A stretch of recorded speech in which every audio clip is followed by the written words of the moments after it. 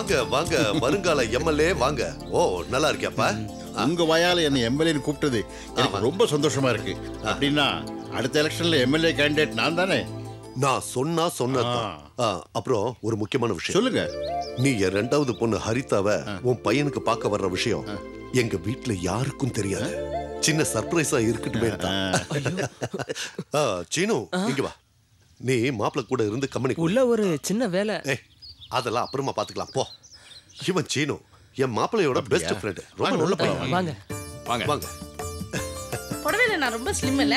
ஆமா ஆமா ஆமா.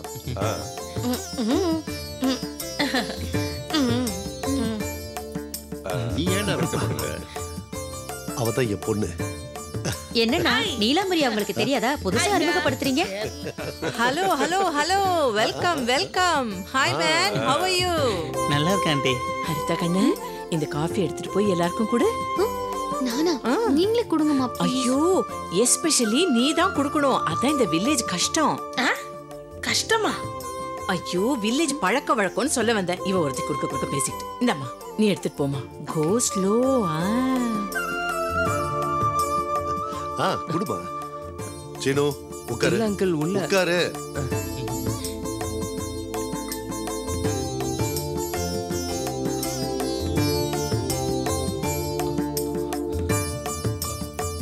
Hello uncle. ஹலோ. அப்பா பார்க்க ரெண்டுமே நல்லா இருக்குப்பா. முதல்ல ஒரு தொகுதி கைப்பற்றுவோம், அதுக்கப்புறம் ரெண்டாவது தொகுதி பத்தி யோசிப்போம். சரியா? சரிப்பா. என்னடா அரசியல்வாதி, என்ன திடீர் விஜயம்? காரணம் இல்லாம வர மாட்டியே? எதையாவது தூக்கிட்டு போலான்னு வந்தியா? கரெக்டா சொன்னீங்க. உங்க பேத்திய எங்க பையனுக்கு கல்யாணம் பண்ணி அப்படியே தூக்கிட்டு போலான்னு வந்திருக்கோம். நீங்க வந்தாலும் ஏதாவது பிரச்சனை ஆயிடுமே. நீலாம்பரி பிறந்தது என் மகன் ஹரிக்கு மட்டும்தான். அண்ணா, அவங்களுக்கு தெரியாதா? தெரிஞ்சு இப்படி சம்மந்தம் கேட்டு வரலாமா? அரசியல்ல போட்டி போட்டு ஜெயிக்க முடியாதுன்னு தெரிஞ்சுக்கிட்டு புது பிளானோட வந்திருக்குல்ல. ஐயா, இது வரைக்கும் நாங்க எங்க வீட்டுக்கு வந்தவங்கள போங்கன்னு சொன்னது இல்ல. இப்ப அந்த வார்த்தைய எங்க வாயால சொல்ல வச்சிடாதீங்க ப்ளீஸ். சொன்னேன்ல, இவன் வாழ்க்கையே அரசியல் தான். ஏண்டா நீ திருந்தவே மாட்டியா? எல்லாரும் கொஞ்சம் சும்மா இருங்க. அவங்களா வரல, நான் தான் அவங்கள வர சொன்னேன். இந்த சம்பந்தம் நான் எடுத்த முடிவு.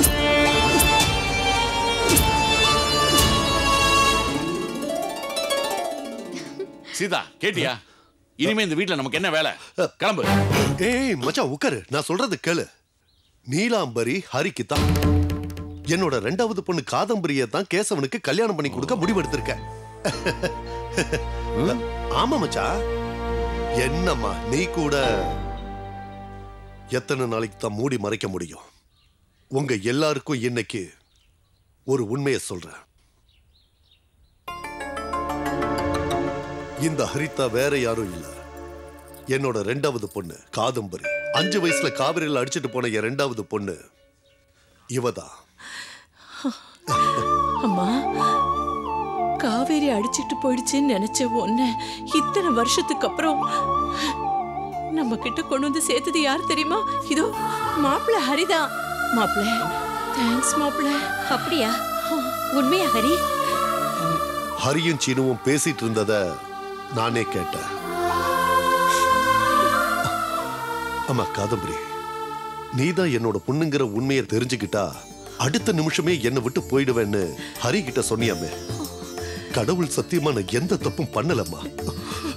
நீ உயிரோட இருக்கிற விஷயம் எனக்கு தெரிஞ்சிருந்தா நான் உன்னை தேடாம இருந்திருப்பேனாமா. இவ்வளவு நானும் உன்னை நினைச்சு அழாத நாளே இல்லம்மா. இனியும் உன்னை பிரிஞ்சு ஒரு நிமிஷம் கூட எங்களால இருக்க முடியாது. நான் சாகுற வரைக்கும் உன்னை என் பக்கத்திலேயே வச்சு பார்க்கணும்னு நான் ஆசைப்படுறேம்மா. அப்பா, நீங்க தப்பா நினைச்சிட்டு இருக்கீங்க.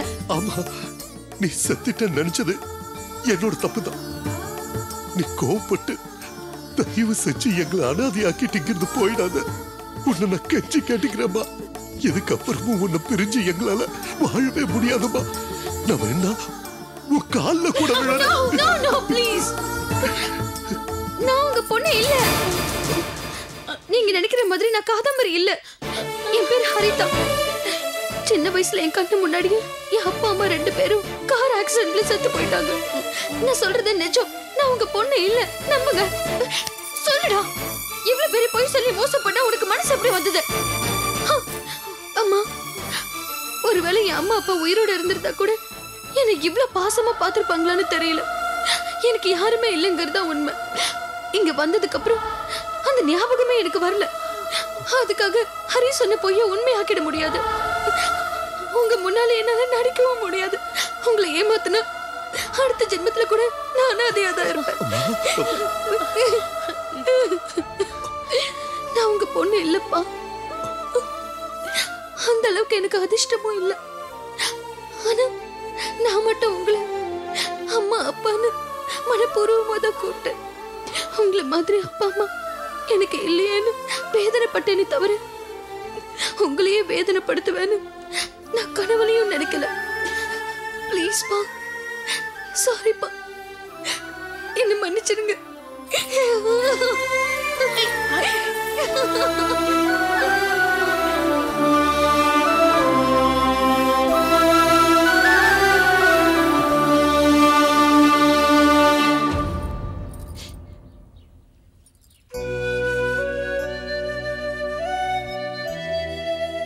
அப்பா, ஹரி மேல எந்த தப்பும் இல்லப்பா.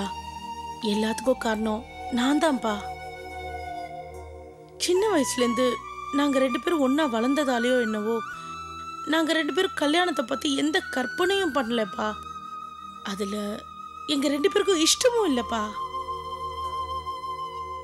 அப்பா, ஹரிதாவை ஹரி உயிருக்குயிரா காதலிக்கிறான்ப்பா.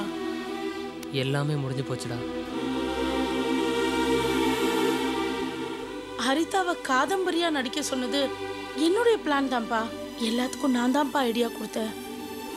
ஹரி ரொம்ப நல்லவன்ப்பா. அவங்க 2 பேரையும் மன்னிச்சிடு அப்பா.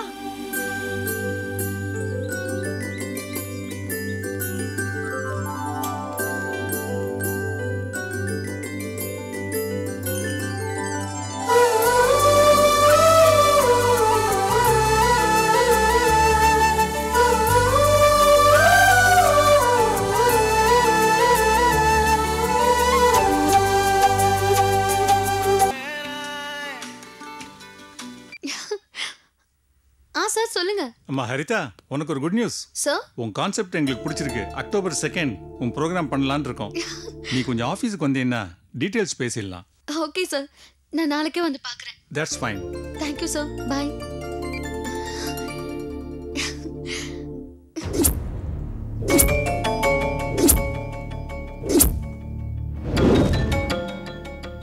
நீ என்ன சொன்னாலும் பரவாயில்ல, உன்னை நான் இங்கிருந்து போக விட மாட்டேன்.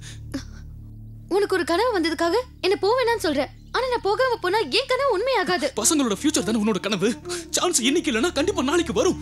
ஆனா உயிர் போச்சுனா திரும்ப வராது. எனக்கு ஏன் உயிரை விட குழந்தைங்க வாழ்க்கை தான் முக்கியம். எனக்கு நீ முக்கியம். கிடைச்ச சான்ஸை விடுறதுல எனக்கு கொஞ்சம் கூட இஷ்டம் இல்ல. நான் போய் ஆகணும். இந்த விஷயத்துல என்ன யாரும் தடுக்க முடியாது. இது வரைக்கும் உன்னை போக கூடாதுன்னு சொன்னேன். ஆனா இப்ப முடிவா சொல்றேன், இங்க இருந்து உன்னை நான் போக விட மாட்டேன். பயமுறுத்துறியா? என் வேதனைய கொஞ்சமாவது புரிஞ்சுக்க வேண்டியது நீதான் ஹரி. கனவு உண்மையாயிடும்னு பைத்தியக்காரத்தனமா அதையே சொல்லி என்னையும் நம்ப வைக்கிறதுக்கு முயற்சி பண்ற. பைத்தியக்காரத்தனம் இல்ல, நிஜம். ஒருவேளை நீ சொல்றத நிஜம்னு நம்பினா கூட என்னால போகாம இருக்க முடியாது. அறிவில்ல உனக்கு? எத்தனை தடவை சொன்னாலும் புரிஞ்சுக்க மாட்டியா? அங்க போனா செத்து போய்விடு. உன் கூட பேச எனக்கு விருப்பம் இல்ல. நான் போறேன். வைக்க விடு. இப்ப என்ன தடுத்த காலம் புறா என்ன பிரிய வேண்டியிருக்கும்.